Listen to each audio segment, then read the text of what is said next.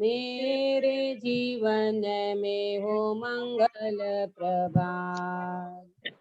मोह अंधेरा दूर रहे सब, ज्ञान भानु का होय प्रकाश। देव शास्त्र गुरु सम्यक जानो, तत्वों का मुझे होय विश्वास। मंगल प्रभात, मंगल प्रभात, मेरे जीवन में हो मंगल प्रभात। वेद ज्ञान अंतर में भरते, स्वानुभूति हो मंगल भाव। भाव विशुद्धि बढ़ती जाए, सहज तने तत्व विचार। मंगल प्रभात, मंगल प्रभात, मेरे जीवन में हो मंगल प्रभात। क्षण क्षण घटे कसाय हमारी, दूर हो वे सब पापाचार। तप संयम प्रगटावे स्वामी, कभी नहीं हो शिथिलाचार। मंगल प्रभात, मंगल प्रभात, मेरे जीवन में हो मंगल प्रभात। आत्म ध्यान आनंदमय होवे, कर्म नशाए हे जिन राज। भक्ति भाव से शीस झुकावे, सफल होवे सब मेरे काज। मंगल प्रभात, मंगल प्रभात, मेरे जीवन में हो मंगल प्रभात। बोलो मंगल प्रभात, मंगल प्रभात, मेरे जीवन में हो मंगल प्रभात। धन्यवाद, बहुत सरस बोलिया। नत्वा जिनेन्द्रं गतशर्वदोषं, सर्वज्ञदेवं हितदर्शकं च, श्रीजैनसिद्धान्तप्रवेशितेयम् विरच्यते स्वल्पधियां हिताय, विरच्यते स्वल्पधियां हिताय। श्री जैन सिद्धांत प्रवेशिका मंगल प्रभात की मंगल बेला में हमारा वस्तु स्वरूप को समझने का प्रयास हम कर रहे हैं। इन सिद्धांतों की चर्चा करते हुए हमने अनेकांत और स्यादवाद की चर्चा पिछले सेक्शन में हुआ था। हमारी यह चर्चा पूर्ण हो चुकी थी। जैन दर्शन अनेकांत स्यादवाद के ऊपर ही रहता है, यानी इसकी धरा है अनेकांत स्यादवाद के बिना वास्तव में कुछ भी नहीं है। ऐसा अनेकांत स्वरूपी भगवान आत्मा, इसको जीव अगर समझने का प्रयास कर ले तो वो सम्यक एकांत में आकर के, यानी अपने शुद्धात्मा की दृष्टि करके ये जीव अपना मोक्ष मार्ग प्रशस्त कर सकता है। ऐसी अनेकांत स्यादवाद की चर्चा हम कर चुके हैं और आज हम 92 नंबर का क्वेश्चन है मेरी किताब में, पुस्तक में, सम्यक श्रद्धा, श्रद्धा गुण किसे कहते हैं। बराबर, सम्यक्त्व यानी श्रद्धा गुण किसे कहते हैं। आज ये श्रद्धा गुण के ऊपर जिस व्यक्ति ने अपना सर्वस्व समर्पित किया है, ऐसे अध्यात्म युग सृष्टा युग पुरुष पूज्य श्री कांजी स्वामी, जिनकी आज 132वीं जन्म जयंती का महामांगलिक प्रसंग है, और इन महामांगलिक प्रसंग में हम उनको याद करे बिना नहीं रह सकते, क्योंकि जिन्होंने अपने जीवन में 45 साल तक डंके की चोट एक ही बात समाज को समझाई, सारे मुमुक्षु समाज को यानी सारे पूरे विश्व में इन्होंने डंका बजाया कि हे जीव, तेरी श्रद्धा जब तक विपरीत रहेगी तब तक तेरा मोक्ष मार्ग प्रारंभ नहीं होगा। श्रद्धा में दोनों प्रकार अभी अपन चर्चा करने वाले हैं कि इन महापुरुष ने ऐसा कौन सा अंदर में महसूस किया होगा कि जिसके कारण से उनको ये लगा कि ये पूरी जैन समाज कहाँ जा रही है, उनका रास्ता ही उल्टा हो रहा है, वो गंतव्य स्थान उनको कैसे प्राप्त होगा। तो वो व्यक्ति ने अपनी दिशा बदलाई। देखना सुनना ध्यान से, मैं जो चर्चा करना चाहती हूँ, इन महापुरुष ने हमारा डायरेक्शन चेंज करा। उन्होंने हमारी दिशा बदलने को इंगित किया कि हे जगत के जीवों, अगर तुमने परम सुखी होना हो तो तुम्हारी दिशा गलत हो रही है। जैसे कोई व्यक्ति चौराहे पे खड़ा हो, अपनी कार लेकर के कोई बंबई जा रहा हो और वो दिल्ली आगरा की रोड पे अगर वो चला जाए, तो सज्जन व्यक्ति तो उसको ये कहेगा कि भाई आपको कहाँ जाना है? वो कहेगा मुझे बंबई जाना है, और आप तो जा रहे हो दिल्ली आगरा की ओर, तो क्या करेंगे? तो बोले आप दिशा चेंज कर लो, आपको यहाँ से दिशा चेंज करना है। इसी तरह हम सभी को मोक्ष मार्ग की सही दिशा में लाने वाले इन महापुरुष ने 45 साल तक जो मेहनत की है, आज हम उन्हीं के आधार से ही आपके समक्ष बात कर पा रहे हैं।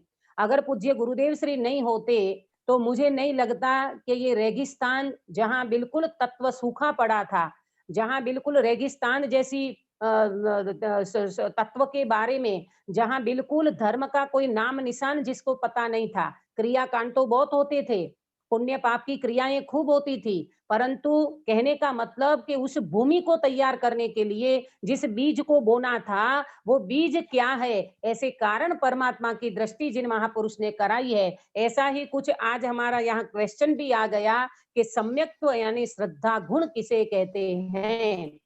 इस श्रद्धा गुण के लिए ही अपना जीवन समर्पित होना चाहिए। आज आप महसूस कर सकते हो, श्रेणिक महाराजा भले नरक में हैं, परंतु उनके पास एक छोटा सा नियम भी वो नहीं कर सकते, क्योंकि गतिजन्य व्यवस्था भी नहीं है, क्षेत्रजन्य व्यवस्था देखें तो वहां कोई ऐसी अनुकूलता नहीं है, निरंतर प्रतिकूलता में जो जीव जी रहा है। परंतु वो व्यक्ति ने ऐसा कौन सा संबल अपने जीवन में प्राप्त कर लिया, कौन सा ऐसा अपने जीवन में श्रद्धान कर लिया कि जिसके कारण से वो व्यक्ति आज भी अपने आत्मा का वेदन करता है, और भविष्य में इस भरत क्षेत्र में पधारेंगे तब वो पहले तीर्थंकर बनेंगे, और पहले तीर्थंकर होकर के वो जीव अपना आत्म कल्याण करके पूरे जैन समाज नहीं, पूरे विश्व के सारे जीवों के लिए वो जीव निमित्त बनेंगे, और जो जीव अपना आत्महित करने का अवसर प्राप्त करेगा, वो जीव अवश्यमेव इन तीर्थंकर के समोसरण के माध्यम से अनंत जीव राशि को इनका लाभ प्रदान होगा धर्म उपदेश का। आप बता सकते हो, एक क्षायिक सम्यक्त्व, कौन सा सम्यक्त्व? एक क्षायिक सम्यक्त्व आज वो लेकर के बैठे हैं। भले नरक में प्रचुर मात्रा में उनको अनंत दुख की वेदना भोगना पड़ रही है, क्षेत्र शरीर से तो वो है ना वहां पर, तो वो भले हो क्षेत्र जनित, तो उनको कुछ भी प्रकार की तकलीफ हो, शरीर में होते हुए भी अनंत अनंत तकलीफ, अनंत अनंत वेदना होते हुए भी वो जीव अंदर का श्रद्धान उनका कहता है, मेरे जैसा जगत में कोई सुखी नहीं है। प्रभु ये बल कहाँ से आया? ये तत्व ज्ञान के सिवाय, ये आत्म बल के सिवाय ये बल कहीं से भी नहीं आ सकता, और ऐसा बल हम सब अपने जीवन में प्राप्त करें, ऐसी मंगल भावना से आज अपन इस श्रद्धा गुण की चर्चा करते हैं। पेज क्वेश्चन नंबर 92, सम्यक्त्व यानी श्रद्धा गुण किसे कहते हैं? देखना इसका आंसर क्या है। जिस गुण की निर्मल दशा प्रकट होने पर, जिस गुण की निर्मल दशा प्रकट होने पर स्वशुद्धात्मा का प्रतिभास, स्वशुद्धात्मा का प्रतिभास, प्रतिभास माने यथार्थ प्रतीति, प्रतिभास का यहाँ मीनिंग लेना प्रतीति, यथार्थ प्रतीति हो तथा सच्चे देव गुरु धर्म में दृढ़ आस्था,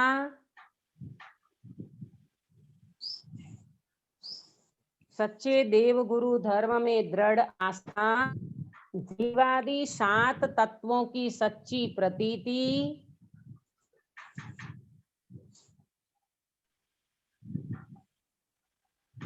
स्वपर का श्रद्धान एवं आत्मश्रद्धान, स्वपर का श्रद्धान एवं आत्मश्रद्धान, इन लक्षणों के अविनाभाव सहित जो श्रद्धान होता है। अविनाभाव का क्या मतलब? एक के बिना दूसरे का नहीं होना। जैसे अपन कहते हैं ना, धुआं है तो अग्नि अवश्य होगी ही होगी, अगर धुआं नहीं है तो वहां अग्नि नहीं होगी। इसी तरह अविनाभाव सहित जो श्रद्धान होता है वह निश्चय सम्यक दर्शन है। दीदी एक बार रिपीट करेंगे ना? हाँ, रिपीट करूंगी, फिर से बोलती हूँ। जिस गुण की निर्मल दशा प्रकट होने पर, जिस गुण की निर्मल दशा प्रकट होने पर स्वशुद्धात्मा का प्रतिभास, स्वशुद्धात्मा का प्रतिभास, प्रतिभास यानी यथार्थ प्रतीति हो, यथार्थ प्रतीति हो तथा सच्चे देव गुरु धर्म में दृढ़ आस्था, सच्चे देव गुरु धर्म में दृढ़ आस्था, जीवादि 7 तत्वों की सच्ची प्रतीति, स्वपर का श्रद्धान तथा एवं आत्मश्रद्धान। 4 लक्षण है, 4 श्रद्धा के 4 पॉइंट है इसमें, अभी अपन चर्चा करेंगे। इन लक्षणों स्वपर का, जीवादि 7 तत्वों की सच्ची प्रतीति, स्वपर का श्रद्धान एवं आत्मश्रद्धान।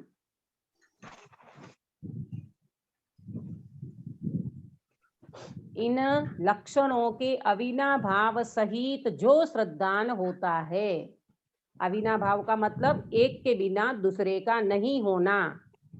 जैसे शक्कर है तो मिठास होगी ही होगी, मिठास है तो शक्कर होती ही होती है ना। इसको कहते हैं अविनाभाव। अविनाभाव माने एक के बिना दूसरे का नहीं, माने एक के बिना दूसरे का नहीं होना। एक है तो दूसरा होगा ही होगा, इसके बिना ये नहीं होता है, और ये होगा तो ये होगा ही होगा। जैसे ज्ञान है तो आत्मा होगा ही होगा, आत्मा है तो ज्ञान होता ही होता है। इसको कहते हैं अविनाभाव सहित जो श्रद्धान होता है वह निश्चय सम्यक दर्शन है। हाँ, पूरा नोट कर लेना। इस पर्याय का धारक सम्यक्त्व यानी श्रद्धा गुण है। इस पर्याय का धारक कौन सा गुण है? सम्यक्त्व यानी श्रद्धा गुण है। सम्यक दर्शन और मिथ्या दर्शन, सम्यक दर्शन और मिथ्या दर्शन उसकी क्रमशः स्वभाव और विभाव पर्याय हैं। सम्यक दर्शन और मिथ्या दर्शन उसकी माने किसकी? अंकित, उसकी माने किसकी? जीव की। जीव के कौन से गुण की? सम्यक्त्व, श्रद्धा गुण की। हाँ, श्रद्धा गुण की, है ना।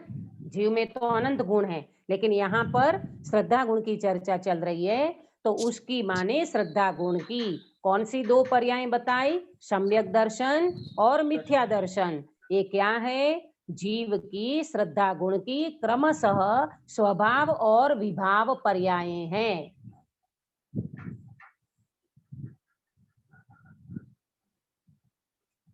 अगर इसका आप चार्ट बनाना चाहते हो तो इसका चार्ट बहुत अच्छी तरह से बन जाएगा। मेरे को जरा ख्याल में नहीं रहा, नहीं तो मैं बना देती। ऊपर लिखो श्रद्धा गुण और श्रद्धा गुण के 4 लक्षण बनाओ, 4 एरो करो और 4 एरो करके पहले एरो में लिखना देवशास्त्र गुरु का श्रद्धान, दूसरे एरे में लिखना 7 तत्वों का श्रद्धान, तीसरे एरे में लिखना स्वपर का श्रद्धान और चौथे एरे में लिखना आत्म श्रद्धान। समझ में आया अक्षा बेटा? वापस रिपीट करना। वापस बोलो। हाँ देखो गुरु। ऊपर चार्ट बना लो, ऊपर लिखो श्रद्धा गुण, श्रद्धा गुण का 4 एरो बना लो। पहले एरो में लिखना देव शास्त्र गुरु का श्रद्धान। धीरे धीरे। हाँ धीरे धीरे धीरे धीरे, कोई बात नहीं, उतावल नहीं है, वरना मैं आज चार्ट भेज देती तो सही रहता, लेकिन मेरे दिमाग में से निकल गया, मैं कुछ और काम में जरा व्यस्त हो गई थी। हाँ कोई बात नहीं, चलिए श्रद्धा गुण ऊपर लिखना, 4 एरो बनाओ, 4 एरो में 4 लक्षण है। एरो माने ये 4 लक्षण है। पहला लक्षण है देवगुरु धर्म का श्रद्धान, दूसरे एरो में लिखना 7 तत्व का श्रद्धान, तीसरे एरो में लिखना स्वपर का श्रद्धान और चौथा एरो बनाओगे उसमें लिखो आत्म श्रद्धान। ये 4 लक्षण है। जिस व्यक्ति को श्रद्धा गुण होता है यानी निश्चय सम्यक दर्शन होता है, उसके जीवन में ये 4 श्रद्धान 4 लक्षण जरूर मिलते हैं। जैसे आज कोरोना का काल चल रहा है ना, तो कोरोना के लक्षण कौन से? कोरोना के लक्षण बताते ना कि छींक आती है, सर्दी हो जाती है, फीवर आता है ना, ये सब कोरोना के लक्षण हैं। तो इसी तरह सम्यक दृष्टि जीव है जिसको सच्चा श्रद्धान हुआ है, उसके जीवन में कौन से ऐसे लक्षण होते हैं? तो ये 4 लक्षण बताएं। बोलो अक्षा बेटा, अब आया समझ में? हाँ बोलिए। हाँ। 4 लक्षण बोलिए बेटा। श्रद्धा गुण में 4 लक्षण, देव शास्त्र गुरु का श्रद्धान, 7 तत्वों का श्रद्धान, स्व पर का श्रद्धान, आत्म श्रद्धान। बहुत बढ़िया। ये 4 लक्षण जिसमें होते हैं उनको सम्यक्त्व यानी श्रद्धा गुण कहते हैं। ये श्रद्धा गुण के 4 लक्षण है। बराबर, आज बहुत मार्मिक चर्चा करेंगे अपन। बिल्कुल आप शांति रखना, एकाग्रता रखना, बराबर समझ में आएगा। तो ये 4 लक्षण हैं और इन 4 लक्षण के यहाँ पर बताया ये श्रद्धा गुण की 2 पर्याय। ये इसके 2 एरो करके श्रद्धा गुण का 2 एरो बना करके 2 पर्याय लिख लो। श्रद्धा गुण और उसकी 2 पर्याय। कौन सी 2 पर्याय? मिथ्या दर्शन और सम्यक दर्शन। ये श्रद्धा गुण की 2 पर्याय हैं। बराबर, इसको क्या कहते हैं? स्वभाव पर्याय। सम्यक दर्शन को कहेंगे स्वभाव पर्याय और मिथ्या दर्शन को कहेंगे विभाव पर्याय। राइट, हो गया सबका? ऋषभ भैया? हाँ हो गया दीदी। हो गया ना? जी चलो अब अपन चर्चा करते हैं। अक्षा हुआ बेटा आपका? हाँ है ना? श्रद्धा गुण हाँ। लिखा। श्रद्धा गुण का 2 श्रद्धा गुण, स्वभाव, विभाव पर्याय, सम्यक दर्शन, मिथ्या दर्शन। बहुत बढ़िया, ये हो गया, उनकी पर्याय हैं। देखो अब अपन जिस गुण की चर्चा करने वाले हैं उस गुण का नाम है श्रद्धा सम्यक्त्व यानी श्रद्धा गुण, है ना? श्रद्धा गुण, सम्यक्त्व गुण। ये जो श्रद्धा है वो कभी ब्रह्मचारी नहीं रहती। समझना, श्रद्धा जो है वो कभी ब्रह्मचारी नहीं रहती। ये किसी न किसी से अहम स्थापित करके रहती है। समझना, चर्चा को पूरी समझना। यहाँ श्रद्धा गुण का कार्य क्या है? अहम करना। अहम करना, किसी न किसी वस्तु में अहम स्थापित करती है। ये सम्यक्त्व माने क्या? सम्यक्त्व माने श्रद्धा। तो श्रद्धा माने क्या? अहम करना। श्रद्धा माने क्या करना? अहम करना। इसीलिए मैंने अभी कहा कि श्रद्धा कभी ब्रह्मचारी नहीं रहती। इसका क्या मतलब, वो किसी न किसी पदार्थ में, वस्तु में, व्यक्ति में अहम स्थापित करती है। बोलो, अभी हमारी श्रद्धा किस में अहम करके बैठी है ऋषभ भैया? संसार में, है ना? शरीर में, संसार में शरीर माने में, हाँ, शरीर शरीर में, संयोग में, संयोगी पदार्थों में अहम बुद्धि करके बैठी है। जैसे आपने अच्छा बताया कि शरीर में अहम बुद्धि करके बैठी है, तो ये शरीर में अहम करा तो ये शरीर को ही अपना मान बैठी है ये श्रद्धा। तो इस श्रद्धा को सम्यक कहेंगे कि विपरीत? विपरीत। विपरीत कहेंगे, बराबर। क्योंकि ये बराबर नहीं है ना, ये रॉन्ग है। शरीर में अहम करना तो शरीर तुम्हारे साथ थोड़ी जाएगा। शरीर में तुम अहम करोगे तो कौन सा सुख मिल जाएगा? शरीर में तू अहम करोगे तो शरीर तुम्हें क्या दे देगा? अरे शरीर स्वयं जड़ है, मिट्टी का पिंड है, हाड़ मांस चाम से बना हुआ है। इसमें वास्तव में सुख नाम का गुण भी नहीं है, ज्ञान गुण की गंध भी नहीं है, तो आपको सुखी शरीर कैसे कर देगा? लेकिन ये श्रद्धा मिथ्या जब होती है, विपरीत जब होती है, तब ये श्रद्धा पर पदार्थों में अहम करे बिना नहीं रहती। तो मैंने स्टार्टिंग में ये पॉइंट उठाया, श्रद्धा कभी ब्रह्मचारी नहीं रहती। तो श्रद्धा क्या करती है? किसी न किसी में अहम स्थापित करती है। अभी जिसकी विपरीत श्रद्धा चल रही है, उसकी श्रद्धा कहाँ अहम करके बैठी है? तो ऋषभ भैया ने बताया, शरीर में अहम करके बैठी है। तो किसको अपना मानेगा? जिसमें अहम होगा उसको अपना मानेगा, है ना? शरीर में अहम है तो शरीर को जीव अपना मान बैठा है। अब अपने को क्या करना है? अपने को श्रद्धा को सम्यक करना है, बराबर। श्रद्धा को सम्यक करना है तो इसके लिए अपने को पहले समझना होगा कि मैं कहाँ अहम स्थापित करूं। श्रद्धा को सम्यक करना है तो मेरा अहम पहले कहाँ होना चाहिए, मुझे कहाँ अहम स्थापित करना चाहिए। तो इसी के लिए इसमें बताया, जिस गुण के निर्मल दशा प्रकट होने पर स्वशुद्धात्मा का प्रतिभास यानी यथार्थ प्रतीति हो, ये शुद्धात्मा में अहम स्थापित करना। ये श्रद्धा को अभी शरीर में जो अहम स्थापित करती थी, उसको अब कहाँ अहम स्थापित करना? शुद्धात्मा में अहम स्थापित करना। अब इसके लिए मैं आपको एक सुंदर एग्जाम्पल के माध्यम से ये पूरी चर्चा समझाना चाहती हूँ। एक पतिव्रता स्त्री, किसका एग्जाम्पल लेंगे अपन? पतिव्रता स्त्री। इन पतिव्रता स्त्री के जीवन में 4 बातें होती है, नोट करना। पतिव्रता स्त्री का एग्जाम्पल अपन प्रॉपर घटित करेंगे आत्मा के ऊपर, बराबर। पतिव्रता स्त्री उसको कहते हैं जो अपने पति में अहम करती है, बराबर। पति में अहम करती है माने पति को समर्पित होती है, बराबर। तो पहला गुण है पतिव्रता स्त्री का समर्पण। पतिव्रता स्त्री का दूसरा गुण है उनकी क्रिया। पतिव्रता स्त्री का तीसरा गुण है माँ बाप के प्रति समर्पण। और पतिव्रता स्त्री का चौथा गुण है कोई भी रिलेटेड, इनके मतलब पति के रिलेटेड कोई भी व्यक्ति होगा, मेहमान होगा, उन सबको आदर देना, ये उनका चौथा लक्षण है। इनका माने पतिव्रता स्त्री का चौथा समर्पण भाव का चौथा प्रतीक है। कितनी बातें बताई गिरीश भाई? एक बार दोहराइए। एक तो समर्पण, पति के प्रति समर्पण, दूसरा क्रिया, तीसरा माँ बाप के प्रति समर्पण, और चौथा सभी रिलेटिव जो भी हो उनका आदर करना। ठीक है, तो ये 4 बातें हैं।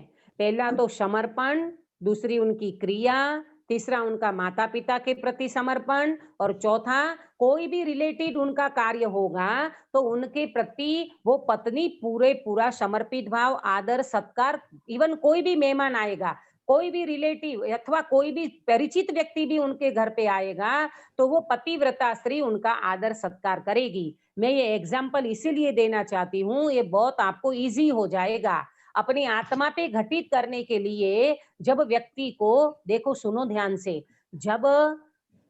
जब एक पतिव्रता स्त्री अपने पति में अहम कर लेती है तो उनका जीवन कैसा बदल जाता है। उनका श्रद्धान, उनका अहम, उनकी विचारधारा, उनका समर्पण, उनकी प्रवृत्ति, सब में चेंजेस आ जाता है एकमात्र अहम स्थापित करने से। ठीक है, अब अपन देखते हैं पतिव्रता स्त्री का पहला जो है समर्पण, अंदर का समर्पण। जिस पति में उनने अहम बुद्धि की है, उस पति के लिए सर्वस्व समर्पित करने को तैयार है।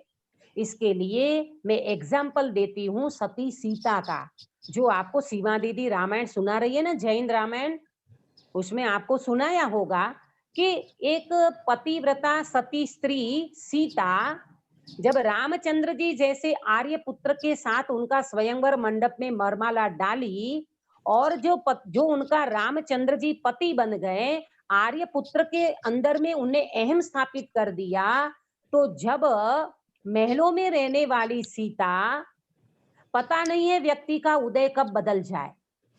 देखो ये तो मान के चलना कि व्यक्ति का उदय कब बदल जाएगा कोई पता नहीं है। अभी वर्तमान में ये कोरोना जो चल रहा है, महामारी जो चल रहा है, पूरा विश्व जिसकी चपेट में आया हुआ है, किस व्यक्ति का कब नंबर लग जाए और वो व्यक्ति यहाँ से विदा हो जाए कह नहीं सकते। कल ही मुझे एक मैसेज आया, हमारे एक परिचित मुमुक्षु बहन जो काफी यहाँ देवलाली में रहते थे और हमारे प्रति उनको बहुत समर्पण भाव था। उन बहन को माने देवलाली में रह करके वो आत्म श्रद्धा मतलब आत्म साधना करना चाहती थी, और देखो बनना घटना घटनी होती है तो इस प्रकार के निमित्त हो जाते हैं। अब अपन किसको कहें, अपने भाई की तबीयत थोड़ी खराब हुई और हॉस्पिटल में मिलने के लिए बंबई चली गई, वहां कोरोना लेकर के वो व्यक्ति, कल मुझे मैसेज मिला, और मैसेज मिला उनसे पहले उनका एक पुण्य का उदय कहो कि मुझे मैसेज आया कि दीदी आपको वो याद करते हैं, वो शुरू से आपसे वो जुड़े हुए हैं, तो आप उनको वीडियो कॉल पे तो वो बात नहीं कर सकते, वेंटिलेटर पे हैं, तो आप एक काम कर सकते हो कि उनके लिए कुछ अच्छी सद्भावना व्यक्त करो। तो मैंने 10 मिनट का वीडियो भेजा, वो 10 मिनट का वीडियो उस बहन ने बहुत अच्छी तरह से सुना, मेरी याद भी करी, सच्चे पंच परमेष्ठी भगवान को याद किया, अपने आत्मा की शरण ली, और कल वो व्यक्ति यहाँ दुनिया से अलविदा हो गई। आप समझ सकते हो जीवन कितना क्षणभंगुर है। विचार करो भाई कि अपने को इस मनुष्य भव की एक एक समय की कितनी मतलब कीमत समझना चाहिए।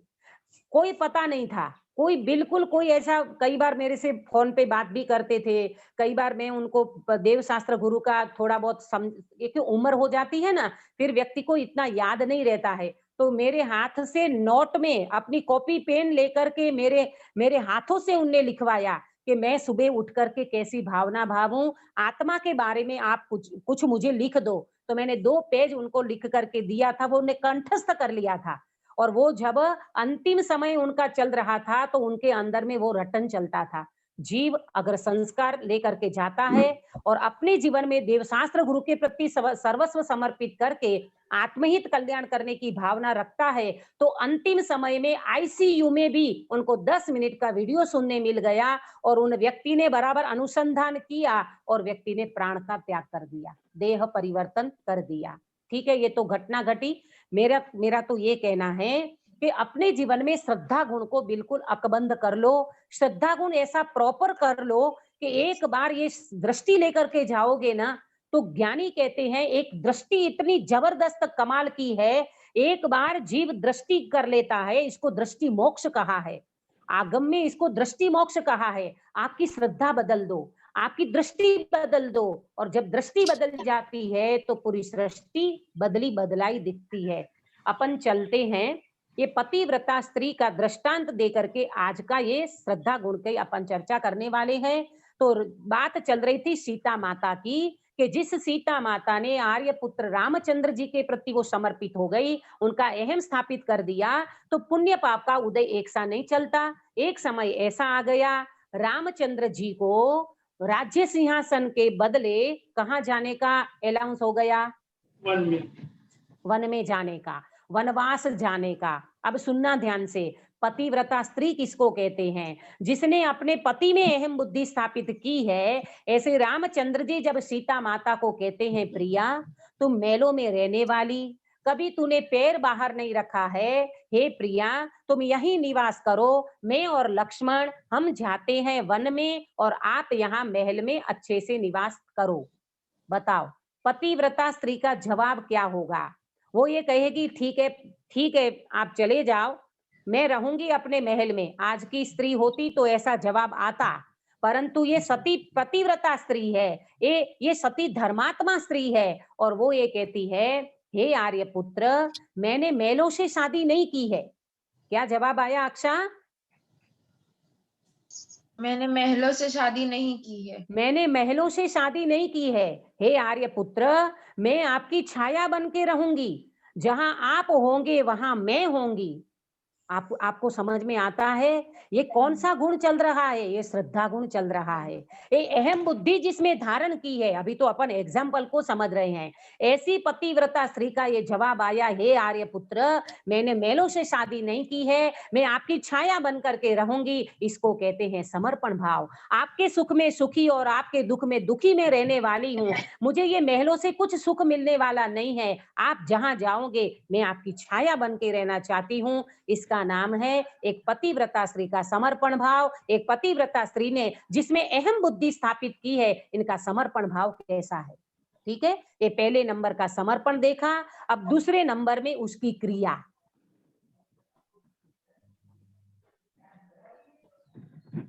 दूसरे नंबर में उसकी क्रिया।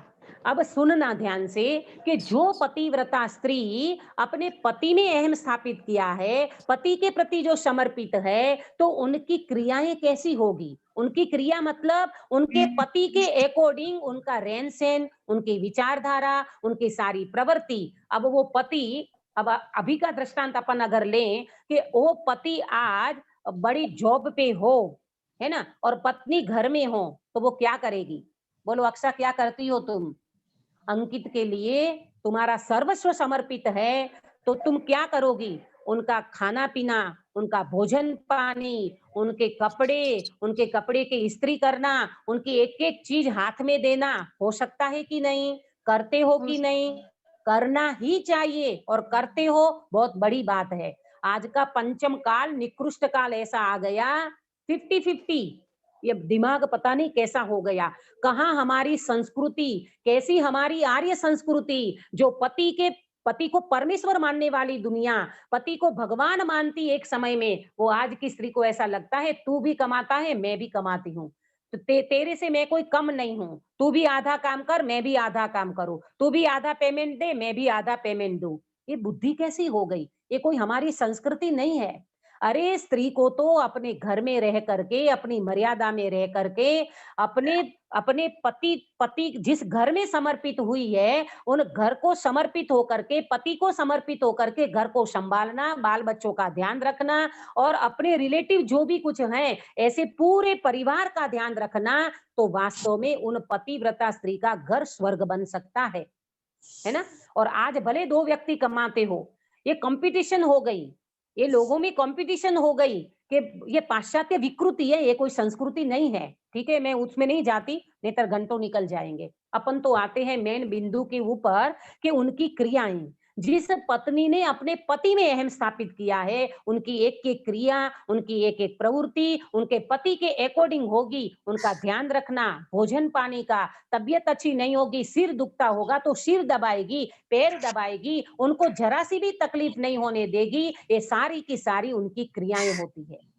आप ध्यान रखते जाना मैं क्या कहना चाह रही हूँ। एक श्रद्धा गुण को कैसे हमें अंदर में लेना और कैसे हमारा जीवन व्यवहार, हमारा सदाचार कैसा होना चाहिए, इसकी बात मैं करती हूँ। तो ये क्रियाएं हो गई। और तीसरे नंबर में माँ बाप के प्रति समर्पण। बोलो, जिस कन्या ने अपने पति में अहम स्थापित कर दिया, तो उन पति के जो भी माता पिता हैं, वो ये नहीं कहेगी कि अंकित तेरी मम्मी का फोन है, ऐसा बोलोगी बेटा? नहीं। क्या बोलोगी? मम्मी का फोन है। मम्मी का फोन है। अगर तुम ऐसा बोलोगी तो उन्हें ऐसा लगेगा ये क्या अंतर कर रही है। अरे उनके जो माता पिता हैं वो मेरे माता पिता हैं, उनके जो भी रिलेटिव है वो मेरे हैं। और जब आपने पति के प्रति सर्वस्व समर्पित कर दिया है तो उनके माता पिता के प्रति भी आपका पूरा समर्पण होना चाहिए।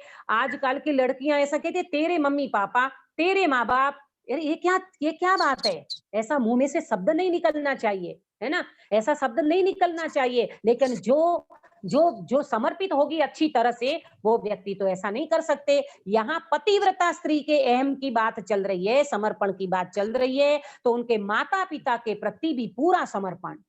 मम्मी पापा ऐसा करते हैं, मम्मी ऐसा करती है, आदर जो भी कुछ हो वो अब मेरे ही मम्मी पापा हैं, ऐसा अगर उस व्यक्ति में समर्पण भाव आ जाता है तो वो व्यक्ति कभी भी अपना कुछ अलग अलग वो अस्तित्व नहीं रखती है। उनने सारा अहम अपने पति में स्थापित किया है, तो माता पिता का भी पूरा ध्यान रखना, उनके प्रति भी पूरा समर्पण। और चौथे नंबर में बताया, उनके कोई भी रिलेटिव आवे, कोई उनके परिचित व्यक्ति भी आवे, उनका भी पूरा आदर सत्कार, उनका भी पूरा आदर सत्कार करना। ये सतीत्व का प्रतीक है। किसका प्रतीक है? ये सतीत्व का प्रतीक है, पतिव्रता स्त्री का प्रतीक है। ठीक है, ये तो हो गया अपने दृष्टांत। ये दृष्टांत में मैंने आपको 4 बातें बताई। अब अपन इसको घटित करेंगे आत्मा के ऊपर, क्योंकि अपने को कोई संसार नहीं चलाना है, अपने को कोई लोक व्यवहार की बातें करके नहीं रह जाना है। ये तो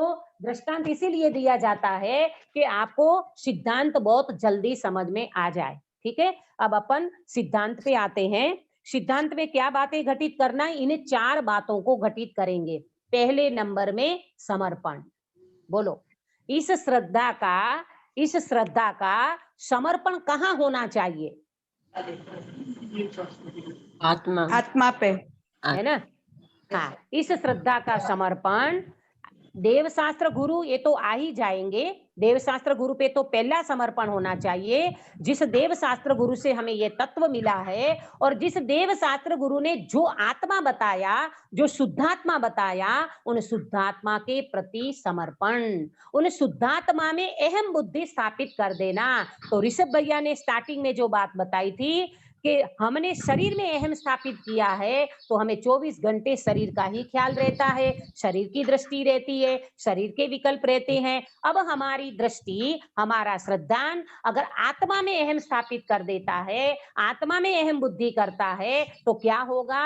आत्मा में समर्पित होने वाला व्यक्ति, अब उनकी क्रियाएं बदल जाएगी। क्रिया बदल जाएगी माने जिसमें आपने अहम बुद्धि की है, आत्मा में अहम बुद्धि करने वाला व्यक्ति अब क्या करेगा? 24 घंटे में उस व्यक्ति की क्रियाएं देखो। अब देखना, जिसको अभी आत्मज्ञान नहीं हुआ है, अभी तो अहम बुद्धि स्थापित की है, माने मैं आत्मा हूं, ऐसी सविकल्प दशा चल रही है, तो वो व्यक्ति करेगा क्या? तो वो व्यक्ति का पूरा जीवन मर्यादा सहित हो जाएगा। वो व्यक्ति अपने जीवन में अष्टमूल गुणों का पालन करने लगेगा, सप्त व्यसन का त्याग कर देगा। वो व्यक्ति आत्मा के लिए इतना समर्पित हो जाता है, देव शास्त्र गुरु के बिना किसी को मस्तक नहीं झुकाएगा। वो व्यक्ति इतना समर्पित हो जाता है अपने आत्मा के प्रति कि उनके जीवन में सदाचार, सद्गुणों का पालन, सदाचार का पालन, अन्याय, अनीति और अभक्ष का सेवन नहीं कर सकता। ये सारी पात्रता बता रही हूं मैं। आत्मा के प्रति जो समर्पित हो जाता है, जिसकी अहम बुद्धि आ जाती है, वो व्यक्ति की क्रियाएं भी वास्तव में सुधर जाती है, सदाचारी जीव हो जाता है, बिल्कुल ऐसा पात्र जीव हो जाता है। तो इन्हीं के अंदर में ही ये श्रद्धा गुण पलने वाला है, श्रद्धा गुण प्रकट होने वाला है, सम्यक दर्शन प्रकट होने वाला है। तो ये हो गया उनकी क्रियाएं। समझ में आ रहा है बेटा? हाँ, एकदम बराबर। ये श्रद्धा गुण चल रहा है, अभी आत्मा के ऊपर में घटित कर रही हूँ। पहले आत्मा में अहम बुद्धि करना, और जिस आत्मा में अहम बुद्धि की है उस संबंधी हमारी रहन सहन, हमारा सद्विचार, हमारी पात्रता, हमारी प्रवृत्ति कैसी होना चाहिए, इसकी हमने चर्चा की। अब तीसरे नंबर में यहाँ बताया कि माता पिता के प्रति समर्पण, तो यहाँ आएगा देव शास्त्र गुरु के प्रति समर्पण। नंबर 2, धर्मात्मा, ज्ञानी धर्मात्मा, मुनि भगवान, इन सबके प्रति समर्पण। मालूम, जिस व्यक्ति से तत्व मिला, जिस ज्ञानी पुरुष से हमको ये दृष्टि प्राप्त हुई। आज मैं याद करती हूँ गुरुदेव श्री कांजी स्वामी को, जिसकी आज जन्म जयंती महामांगलिक दिवस है। उनको याद करना इसीलिए जरूरी है भाई। वो महापुरुष ने आज हमको ये दृष्टि नहीं दी होती तो हम आपको ये दृष्टि कैसे देते, है ना? आया ना समझ में? तो क्या आया तीसरे नंबर में? जैसे वो पतिव्रता स्त्री माँ बाप को समर्पित होती है, ऐसे ये जीव देव शास्त्र गुरु ज्ञानी धर्मात्मा और उनके साथ साथ साधर्म के प्रति भी उनको समर्पण भाव रहता है। अपन बोलते ना, जेने पगनो कांटो काढ़ी आप्यो एनो उपकार पर ना भूली सकाय। तो जिस जीव ने अपने जीवन को मिथ्यात्व रूपी कांटा निकाल दिया, उन व्यक्ति को सत सत नमस्कार करे बिना ये जीव नहीं रह सकता। उनके चरणों में वंदन करे बिना, नमस्कार करे बिना, उनका अनंत अनंत उपकार माने बिना ये जीव नहीं रह सकता। अगर गुरुदेव आप नहीं पधारे होते तो इस भरत क्षेत्र में हमारे जैसे जीव जो शुभ भाव में पड़े थे, जो निगोद का कारण बन रहा था, ऐसे कीचड़ में से आपने हमको बाहर निकाला और आज हम जिस स्टेज पे खड़े हुए हैं वहां से हम निशंकता से कहते हैं हम आपके पद कमलों पे चलने वाले हैं। आप जिस सिद्ध दशा को प्राप्त करने वाले हो उस सिद्ध दशा में मैं जरूर प्रस्थान करूंगी, ये मेरा श्रद्धान कहता है। बोलो, आ रही है बात समझ में? एक आत्मा का श्रद्धा गुण अगर जीव को समझ में आ जाए और प्रकट होता है तो इतना सारा प्रोसेस वो व्यक्ति कर लेता है। तो तीसरे नंबर में क्या बताया? ज्ञानी धर्मात्माओं के प्रति समर्पण भाव, निर्ग्रंथ गुरु के प्रति समर्पण भाव, साधर्मी के प्रति समर्पण भाव, और चौथे नंबर में बताया उनके संबंधित कोई भी, जैसे उसमें आया ना, कोई भी रिलेटेड हो उनके संबंधी तो सबके प्रति उनको आदर का भाव। यहाँ पंच परमेष्टि भगवान, देव शास्त्र गुरु, धर्म, धर्मायतन, जिन मंदिर, जिन वाणी, जिन प्रतिमा, इन सबके प्रति उस व्यक्ति को आदर भाव रहना चाहिए। कोई व्यक्ति ये कहता है कि अब तो लॉकडाउन चल रहा है दीदी, है ऐसे महामारी के काल में, लॉकडाउन के समय में अब भगवान के दर्शन नहीं होते हैं तो हम तो घर पे दर्शन कर लेते हैं। घर पे दर्शन कर लेना मजबूरी है, इसको मजबूरी समझना, लेकिन इसको आप ये नहीं समझ लेना कि ये बहुत अच्छा हो गया, अब तो मंदिर जाने की झंझट ही खत्म हो गई, अब तो घर में दर्शन कर लो भगवान के, घर में स्वाध्याय कर लो, किसी विद्वान का, किसी पंडितों का, किसी का भी प्रवचन सुनने जाने की जरूरत नहीं है। ऐसा स्वच्छंद ग्रहण करने का मार्ग नहीं है, ये तो एक मजबूरी का काल चल रहा है। ये हम करें क्या? जब पूरा विश्व उसकी चपेट में आ पड़ा है, लॉकडाउन का समय चल रहा है, तो हम कुछ न कुछ तो तरीका निकालेंगे। तो हम ऑनलाइन से स्वाध्याय करते हैं, ऑनलाइन पे भगवंतों का दर्शन करते हैं। इसको मजबूरी समझना, इसको प्रॉपर मार्ग नहीं समझ लेना। आया समझ में? तो चार बातें समझ में आ गई। अब जीव आत्मा में अहम करता है तो इनके जीवन में चार बातें हो जाती है। कौन सी चार बातें बताई अंकित? एक बार रिपीट करोगे बेटा? आत्मा के समर्पित व्यक्ति की आत्मा के प्रति क्रिया, हाँ, जो आत्मा में अहम बुद्धि करता है, आत्मा में जिसका समर्पण आ जाता है, हाँ। नंबर एक वो आत्मा में अहम बुद्धि करेगा, नंबर दो उसकी क्रियाएं, उनकी प्रवृत्ति, हाँ, और नंबर तीन देवशास्त्र गुरु के प्रति समर्पित, देवशास्त्र गुरु के प्रति समर्पण भाव, ज्ञानी धर्मात्माओं के प्रति भी उनका समर्पण भाव पूरा रहेगा। हाँ, और चौथे नंबर में चार, उनके संबंधी कोई और भी हो, जैसे मंदिर, जिन प्रतिमा, धर्मायतन, है ना, इन सबके प्रति उनका पूरा आदर सत्कार का भाव रहेगा। आया समझ में? अब इसमें अहम बुद्धि की जो बात की है ना, अहम बुद्धि करना, तो अहम बुद्धि कौन करेगा? तो इसमें एक बात आप और ऐड कर लेना कि जो व्यक्ति स्वपर का श्रद्धान करेगा, स्वपर का भेद विज्ञान करने वाला जीव ही आत्मा में अहम बुद्धि करेगा। इसके साथ साथ चलेगा ये भेद विज्ञान। ऐसा नहीं है कोई व्यक्ति कहे हम तो अहम करके बैठ गए, लो मैं आत्मा हूं, ऐसे थोड़ी सम्यक दर्शन हो जाएगा।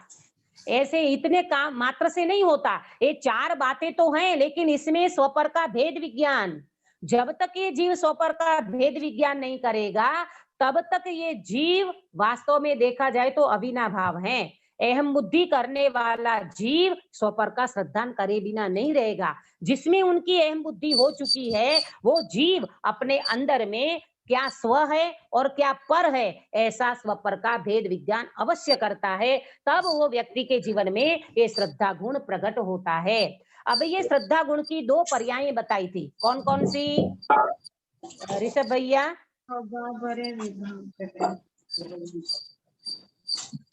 ऋषभ भैया, स्वभाव और विभाव पर्याय दीदी, मिथ्या है ना? दर्शन और सम्यक स्वभाव और दर्शन। विभाव, जैसे जीव को सम्यक दर्शन हुआ तो वो स्वभाव पर्याय है और मिथ्या दर्शन है तो वो विभाव पर्याय है। ठीक है, तो यहाँ पर आपने अगर आत्मा में अहम स्थापित किया है तो आपको स्वभाव पर्याय प्रकट होगी, यानी सम्यक दर्शन। बराबर, इसका प्रोसेस तो पूरा है, आत्मा में अहम करना, आत्मा में समर्पण रखना, फिर उनके अकॉर्डिंग सारी तत्व विचार, तत्व चिंतन मनन, तत्व का क्या बोलते हैं निर्णय, और फिर अनुभूति, ये सब कुछ इसमें इंक्लूड है। ये सारी बात को समझ में लेकर के चलना, तो ये सम्यक्त्व गुण जो है, ये सम्यक्त्व गुण एक पतिव्रता स्त्री के माध्यम से ये चार बात घटित करके आत्मा पे घटित किया है। तो बराबर आप इसका अभ्यास करोगे तो जरूर आपको भी अंदर में ये सम्यक्त्व प्रकट होगा, ये श्रद्धा गुण प्रकट होगा।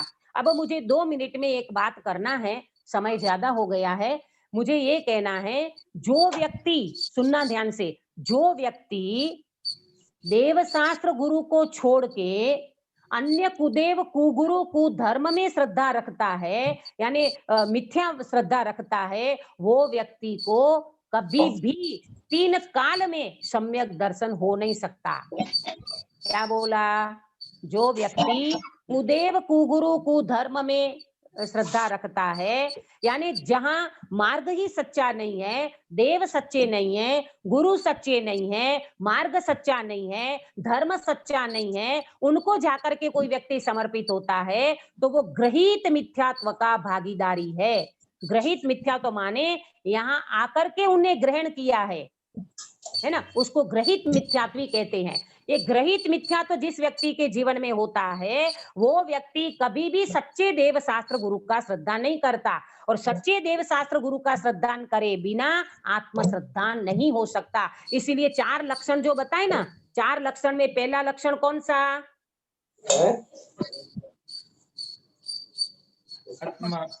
शास्त्र गुरु का देवशास्त्र गुरु का श्रद्धान। बहुत बढ़िया, देवशास्त्र गुरु का श्रद्धान, उसके बाद 7 तत्वों का श्रद्धान, उसके बाद स्वपर का श्रद्धान, और उसके बाद आत्म श्रद्धान।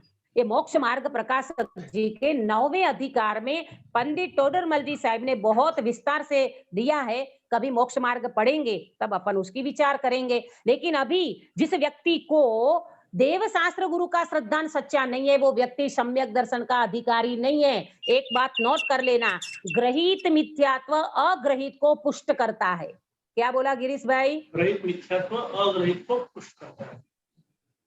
ये ग्रहित मिथ्यात्व, आप कुदेव कुगुरु के मंदिर में चले जाओ, आप कुगुरु के कुदेव के मंदिर में चले जाओ, वहां आपको क्या मिलेगा? वितराग मुद्रा का दर्शन नहीं मिलेगा। जो अस्त्र वस्त्र और शस्त्र सहित होते हैं वो हमारे देव नहीं हो सकते। हमारे देव अस्त्र वस्त्र और शस्त्र से रहित होते हैं। जिनकी मुद्रा वितराग मुद्रा होती है, सौम्य मुद्रा होती है, शांत मुद्रा होती है, और वो मुद्रा चैतन्य मुद्रा को दर्शाती है, उसको ही कहते हैं वितरागी देव, उसको ही कहते हैं वितरागी जिनबिंब। आया समझ में? तो वितरागी देव शास्त्र गुरु के अलावा हमारा मस्तक कहीं पर भी नहीं झुकना चाहिए। लोग हमसे कहते हैं, दीदी इतने सालों का अभ्यास करने के बाद सम्यक दर्शन क्यों नहीं होता? तो मैं कभी पूछती हूँ कि आपको सच्चे देव शास्त्र गुरु का श्रद्धान है? बोले हाँ हाँ बिल्कुल हमें श्रद्धान है, लेकिन कभी कभी हम यहाँ भी चले जाते हैं, उसमें भी चले जाते हैं, उस मंदिर में भी चले जाते हैं। अरे भाई, आपका श्रद्धान ही सच्चा नहीं है। आपको पहले वितरागी देव का सच्चा श्रद्धान ही नहीं हुआ है। आप याद कर लो रेवती रानी को। अभी तो समय नहीं है इसलिए मैं ज्यादा नहीं बोलूंगी, लेकिन रेवती रानी की बात सभी को ख्याल में होगी। अगर हो सकता है तो अक्षा को ख्याल में नहीं होगी शायद। रेवती रानी की बात सुनी है? नहीं सुनी? रेवती रानी की जो बात आती है कि भगवान, अरे क्या बोलते, अंबड़ नाम का कोई देव था, और वहां पर ऐसी बातें चल रही थी कि स्वर्ग में कि भरत क्षेत्र में जो रेवती रानी है उनको महावीर भगवान के प्रति अड़ग श्रद्धा है, वो वितरागी देव के अलावा कहीं झुकती तक नहीं है। तो ये चर्चा जब हुई तो एक देव को परीक्षा लेने का मन हो गया, और परीक्षा करने का मन हुआ तो अलग अलग प्रकार के रूप लेकर के आया, कभी शंकर का तो कभी विष्णु का तो कभी अलग अलग ऐसे रूप लेकर के आया। पूरी नगरी जा रही है उनका दर्शन करने को, पूरी नगरी जा रही है उनको देखने को, लेकिन कौन नहीं जा रहा? अक्षा, कौन नहीं जा रहा? रेवती रानी। रेवती रानी नहीं जा रही है, किनको उनके अंदर में महावीर भगवान के प्रति इतना अटूट श्रद्धा था, देव शास्त्र गुरु के प्रति इतनी अडोल श्रद्धा नहीं थी, वो नहीं गई बिल्कुल। तो एक बार वो अंबड़ 25वें तीर्थंकर का रूप लेकर के आया। कौन सा? 25वां तीर्थंकर है आपने इधर? कौन है 25वां तीर्थंकर? कोई नहीं ना? हाँ, आपका श्रद्धान पक्का है, ठीक है, कोई बात नहीं। तो 25वें तीर्थंकर का रूप लेकर के आया वो देव, और सारी नगरी जा रही है। तो उनकी फ्रेंड सर्कल होता है ना, तो उनकी बहनपनी कहती है, उनकी सखी कहती है, अरे आज तो तू चलेगी रेवती। बोले क्यों? अरे आज तो तुम्हारे महावीर भगवान का समोसरण आया है, आज तो तुम्हारे तीर्थंकर भगवान पधारे हैं, 25वें तीर्थंकर पधारे हैं, आज तो तू जरूर चलेगी। तो रेवती रानी ने जवाब दिया, वो सुनो, वो कहती है हमारे जैन दर्शन में 25वें तीर्थंकर होते ही नहीं है। अगर मेरे महावीर भगवान पधारे हो तो मेरे रोम रोम खड़े हो जाएं। मेरे महावीर भगवान नहीं पधारे भाई, ये 25वें तीर्थंकर का रूप नहीं है, ये देव का कोई मायावी रूप है, मैं नहीं चल सकती, और मेरा मस्तक तीर्थंकर परमात्मा महावीर भगवान के अलावा कहीं झुक नहीं सकता। ऐसा श्रद्धान अपने जीवन में जिस दिन होगा उस दिन ज्ञानी कहते हैं तुम्हें आत्म श्रद्धान जरूर होगा।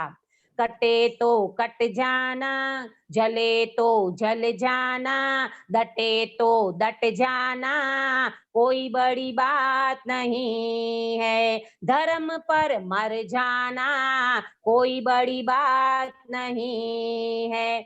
धर्म के लिए व्यक्ति मरने को तैयार हो जाए, लेकिन अन्य किसी को मस्तक झुकाने को तैयार नहीं होता। बोलते ना, सिर कट जाए तो कट जाए, लेकिन ये मस्तक उस व्यक्ति को नहीं झुक सकता जहां से हमारा अनंत मिथ्यात्व और पुष्ट होता है। ऐसे के व्यक्ति के चरण में हमारा मस्तक नहीं झुकेगा। देव शास्त्र गुरु के चरण में ही मस्तक झुकता है, और वो वितरागी देव के अलावा हमारे कोई देव नहीं है, निर्ग्रंथ गुरु के अलावा मेरे कोई गुरु नहीं है, और केवली प्ररूपित वितरागी धर्म, इसके अलावा कोई सच्चा धर्म नहीं है। इसी तरह का श्रद्धान जिस जीव के जीवन में होगा उसी को ही ये आत्म श्रद्धान, स्वपर का भेद विज्ञान, 7 तत्व का श्रद्धान उसी व्यक्ति को हो सकता है। ये चर्चा श्रद्धा गुण की मैंने की है, इसकी शेष चर्चा कुछ मेरे दिमाग में है, चर्चा अपन कल करेंगे। और आज पूज्य अनंत उपकारी कांजी स्वामी, जिसको हम काहन गुरुदेव कहते हैं, उनकी 132वीं जन्म जयंती है। ऐसे महापुरुष का यहाँ आना हुआ। भरत क्षेत्र में बिल्कुल अंधियार हो गया था, बिल्कुल अंधेरा छाया हुआ था, वहां उन महापुरुष ने आकर के ऐसा दीपक प्रकट कर दिया, ऐसा सूर्य का प्रकाश फैला दिया। अगर पूज्य गुरुदेव श्री इस भरत क्षेत्र में नहीं आते तो आज हमारे जैसे जीव इन तत्व को, इन वस्तु स्वरूप को कैसे समझ सकते, इनका श्रद्धान कैसे कर सकते।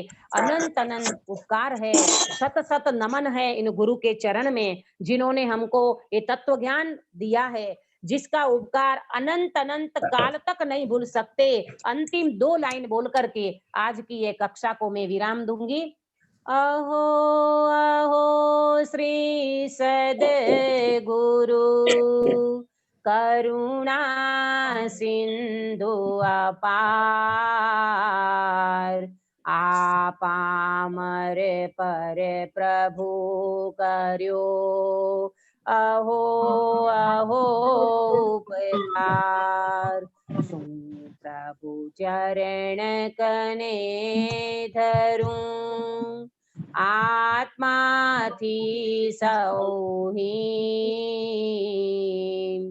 ते तो प्रभुए आपियो, वर तू चरणाधीन। जे स्वरूप समझा विना, पाम्यो दुख अनंत। समझाव्यूं ते पद नमो श्री सद्गुरु भगवन देह छतां जेनी दशा वर्ते देहाती कहान गुरु ना चरण मां हो वंदन अगणी राजगुरु ना चरण मां हो वंदन अगणी निज निधि निज में बताई यह अनंत उपकार है इसके लिए जिन वाणी माँ को वंदना शतवार है वंदना शतवार है। कायो सर्ग हाँ अक्षा कायो सर्ग करावती बेटा।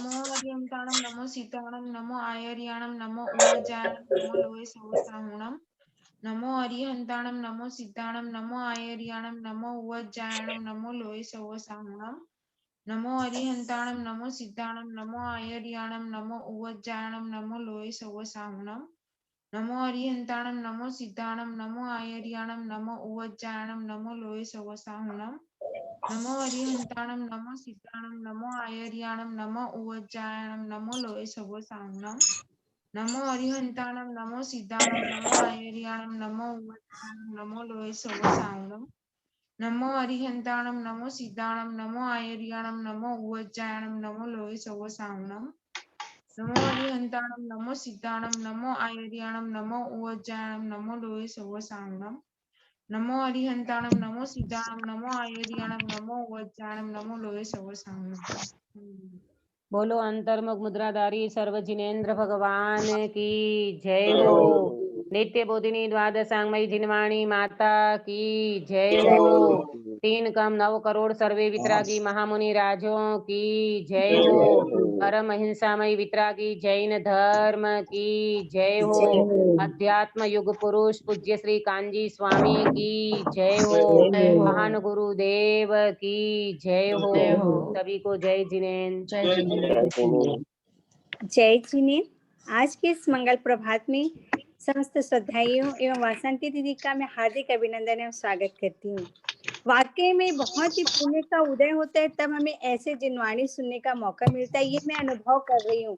आज मतलब मुझे कोरोना के बाद इतनी अधिक कमजोरी लग रही, मतलब है कि मैं उठ ही नहीं पाती, लेकिन आज जब मैं सुबह मैंने सोचा कि नहीं आज तो मुझे अटेंड करना ही है, मैंने कैसे भी करके अपना मन बनाया और ये क्लास अटेंड की। वाकई में दीदी जब मैं आपकी स्वाध्याय सुनी तो मेरे लिए टॉनिक का काम किया। मेरे जो श्रद्धा गुण है उसमें एक बल प्रदान हुआ और मेरे शरीर में एक शक्ति है कि नहीं आज तो वाकई में दीदी ये स्वाध्याय जो है सुबह की वाकई में हमारे लिए टॉनिक का काम करता है।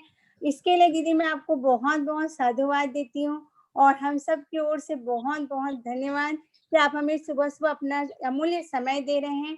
इसके लिए बहुत बहुत धन्यवाद दीदी। और आपकी जो ये स्वाध्याय है वाकई में सुनने से विपरीत परिस्थिति में एक सबल प्रदान करता है, ये मैंने अनुभव किया है दीदी। Thank you. जय जिनेन्द्र। कौन शीतल बेन बोल रहे हो? हाँ हाँ दीदी मैं बोल रही हूँ। हाँ बेटा बहुत अच्छा है। देखो ये तो क्या है, ये कोरोना जब ये कोरोना जब शरीर में आ जाता है तो व्यक्ति बिल्कुल निचोड़ जाता है ना। ये तो आप लोगों को जिसको हुआ है उसको एक्सपीरियंस होता होगा कि शरीर कैसा कमजोर पड़ जाता है। अभी आप कभी ऐसा महसूस करते होंगे कि इनसे पहले शरीर की स्वस्थता कैसी थी और आज शरीर कैसा मतलब वीक हो गया है ना, कमजोर हो गया। कोई बात नहीं है ना, शरीर कमजोर हो गया लेकिन अपना मनोबल कमजोर नहीं है, अपना आत्मबल कमजोर नहीं करना। और ये ना बने तो ये क्लास अटेंड करके भी आपको जो बल मिल रहा है ना, ये वास्तव में भगवंतों का उपकार है। आज तो मैं सच कहती हूँ ऐसे महामारी के काल में भी ये ऑनलाइन के ऊपर जो अपने को स्वाध्याय सुनने मिल रहा है महाभाग्य समझो। नहीं तो व्यक्ति सच में पागल हो जाए, कहाँ जाए क्या करे, किसी से मिल ना पाओ, किसी से बात नहीं कर पाओ, है ना, व्यक्ति ऐसा हो जाए कि कहाँ कोई आधार सा नहीं दिखता, और जब अपने को एक संबल मिल जाता है तत्व ज्ञान का, तो इसके माध्यम से अंदर का बल लेना, और शरीर की तो स्थिति देखो जो होना होती है वो होके रहती है, इसमें किसी का कुछ नहीं चलता, परंतु अंदर में अपना एक पुरुषार्थ ऐसा जागृत करें सभी जीव कि मेरा जो आत्म बल है इस श्रद्धा गुण को मैं ऐसा क्या बोलते मजबूत करके जाए, इतना दृढ़ करके जाए कि शरीर का जो होना होगा सो होगा, लेकिन मैं शरीर से भिन्न एक चैतन्य तत्व हूँ। इनका बल अगर अपन प्राप्त कर लेंगे तो ये सारी क्लास, मैं तो कहती हूँ एक क्लास भी व्यक्ति के लिए काफी हो जाता है अगर वो अंदर का बल ले पाए। कोई बात नहीं, अपने पास समय है और अपन इसी तत्व ज्ञान के बल से, इनके माध्यम से अपना श्रद्धा दृढ़ करें, और ये श्रद्धा अगर यहाँ दृढ़ करके जाएंगे तो जरूर ज्ञानी कहते हैं उन जीव का अल्प ही भव रहता है, वो ज्यादा भव नहीं करता। अवश्य में वो पुरुषार्थी का, हमारे गुरुदेव श्री कहते पुरुषार्थी के भव ही नहीं होते, जिनको अपने आत्मा का श्रद्धान हो जाता है वो व्यक्ति 2-4 भव करके मोक्ष में चले जाएगा, वो सिद्धालय का सुख अनंत काल के लिए प्राप्त करेंगे। वो कोरोना महामारी आ ही नहीं सकता, वहां शरीर ही नहीं रहेगा, हम तो सिद्ध दशा में चलेंगे, हम अपने वतन में चलेंगे। ये हमारा कोई वतन नहीं है, ये हमारा कोई देश नहीं है, हमारा चैतन्य देश में वसवाट करने के लिए हम यहाँ से तत्व ज्ञान का बहुत ठोस तत्व ज्ञान प्राप्त करके जाएंगे, श्रद्धान प्राप्त करके जाएंगे, और जरूर ये जीव मोक्ष मार्ग को प्रशस्त करेगा। इस मंगल भावना के साथ जय दीदी। दीदी दीदी एक मिनट। हाँ दीदी आप किसकी बात कर रहे थे जो देवलाली के वो बहन की? वो दीवारी बेन, बाबू भाई पालन दादर वाले यहाँ रहते थे देवलाली में? हाँ देवलाली में रहते थे, ज्यादातर देवलाली में रहते थे, लेकिन अभी उनके भाई को मिलने गए थे तो वहां उनको कोरोना हो गया और कल सुबह वो खत्म हो गए, शांत हो गए।